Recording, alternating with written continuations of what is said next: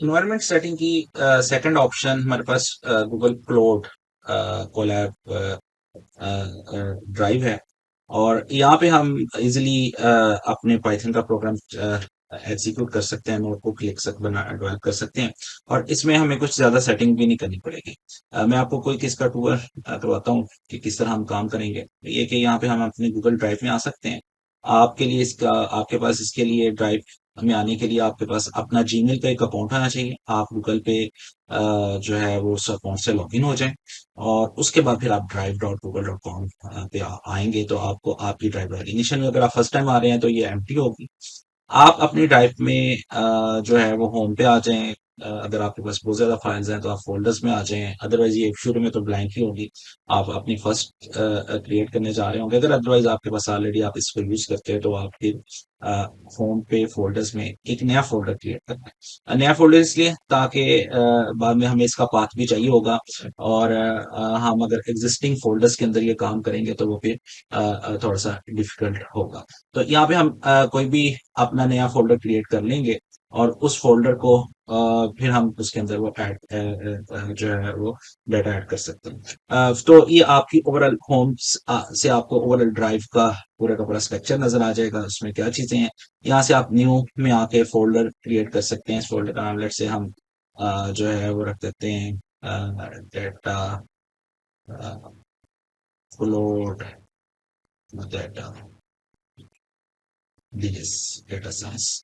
और जब आप इसको क्रिएट करेंगे तो आपको यह फोल्डर के अंदर आप चले जाएंगे। ये एक्चुअली जो फोल्डर है वो क्रिएट होता है माई ड्राइव में जाकर। उसमें पाथ इसका बनता है और ये इस जगह पे आपका फोल्डर आ गया। तो आप इधर इस फोल्डर में आएंगे। अब आप इस फोल्डर के अंदर अपना सारा डाटा रखें। और आपका जो जितना भी जो है वो नोटबुक्स होंगी वो इधर ही होंगी। अब आप इसमें कोई नोटबुक क्रिएट करना चाहते हैं तो आप यहाँ पे राइट क्लिक करें और यहाँ पे मोर में आए। यहाँ पे गूगल और लेबोरेटरी का जो है ऑप्शन आ रहा है, आप इसको क्लिक करें। तो ये आपको एक्चुअली जिस तरह की नोटबुक हमने ओपन की थी उस तरह की नोटबुक ओपन कर देगा। अगर ये फर्स्ट टाइम ओपन कर रहे हैं आप तो ये आपसे शायद कोई एक दो ऑप्शन पूछे, आप उसको यस करके नेक्स्ट जा सकते हैं। तो एक्चुअली इसने एक नोटपैड एक नोटबुक जो है वो क्रिएट कर दी है। और ये हमारी जो है वो नोटबुक है। अब हम यहाँ पे जो है वो काम कर सकते हैं। इसके लिए आप पीछे बैकएंड पे जो सॉफ्टवेयर चाहिए थे, चाहे जिस तरह हमने पहले पिप देखा है वो चाहिए था, या जुपिटर नोटबुक चाहिए थी, या इसके अलावा भी मशीन लर्निंग के काफी सॉफ्टवेयर या डेटा साइंस के सॉफ्टवेयर हैं। वो गूगल ऑलरेडी हमारे लिए इंस्टॉल कर देगा, जो मोस्ट कॉमनली है।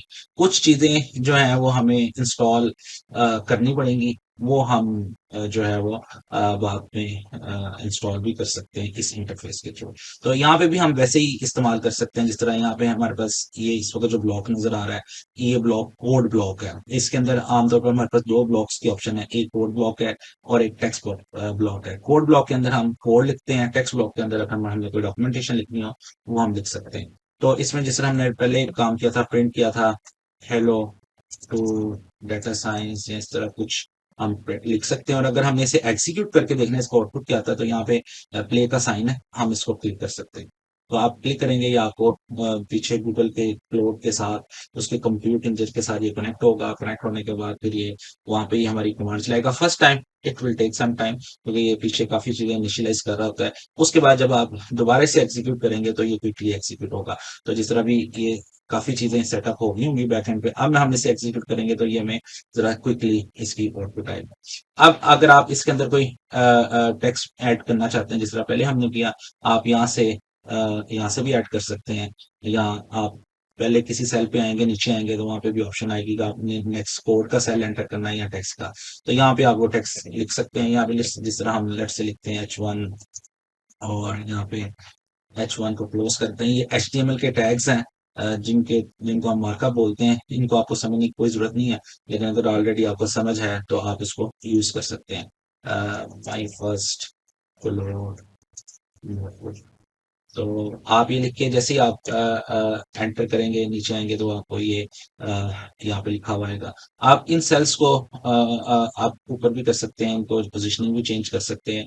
तो जिस तरह भी आप इसका सेटअप करना चाहें वो आप करेंगे। ग्रेजुअली हम साथ साथ चीजें देखेंगे और इसकी बाकी फंक्शनैलिटी को भी एक्सप्लोर करेंगे। लेकिन यहाँ पे एडवांटेज ये है कि आपको जस्ट कुछ भी नहीं करना पड़ेगा, कोई इन्वायरमेंट सेट नहीं करनी पड़ेगी। आप जो है वो डायरेक्ट गूगल ड्राइव के थ्रू, गूगल अकाउंट के थ्रू ये सारी चीजें आपको अवेलेबल होंगी।